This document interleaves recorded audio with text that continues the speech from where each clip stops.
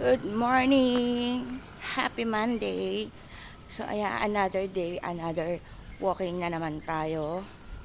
And sa mga oras na ito ay 5:15 ng umaga. Medyo nagpalit talaga ako kasi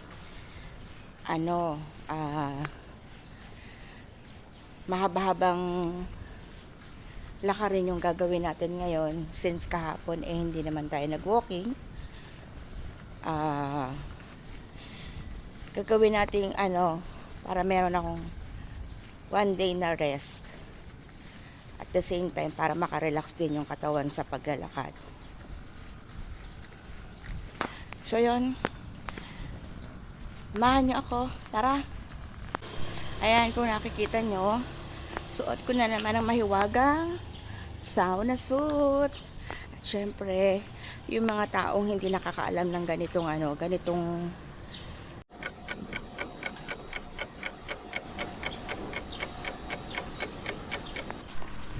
ayan, syempre yung mga tao akala nila meron na namang walking trash bag na naglalakad. So kaya lang yan for the pawis. Hindi na tayo nakapag video kanina habang nag-walking mula doon sa kalsada na dinadaanan natin. Baligtad pala yung sauna suit na suot ko. So itong may lace napunta sa likuran. So na-recognize ko lang siya. Malapit na ako dito sa Freedom Park. Kaya hindi na ako nag-video. Dali-dali ko na agad na pinalitan yung or inikot yung sauna suit. Nakakahiya. So hello ulit guys. Natapos na natin yung ating ating pag-ikot.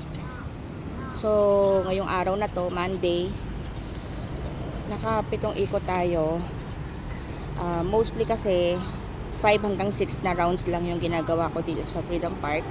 Pero ngayon dinagdagan ko ng isa since hindi po tayo nakapag-walking kahapon. So ayan po, inabot na po tayo ng matinding init. Ayan na po yung si haring araw. Grabe na yung tapos nakasauna suit tayo. So yung init na pumapasok sa loob ng katawan natin is doble.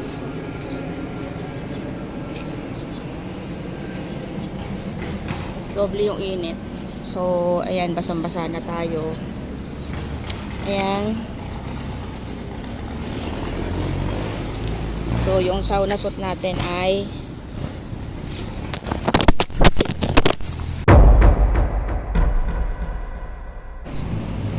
ayan, bumagsak ang cellphone. So ayan ang ang pawis. So mas dumoble yung niya noong natatamaan tayo ng araw. So mag-i-stay pa tayo ng another 15 minutes pa dito. Nasuot ang sauna.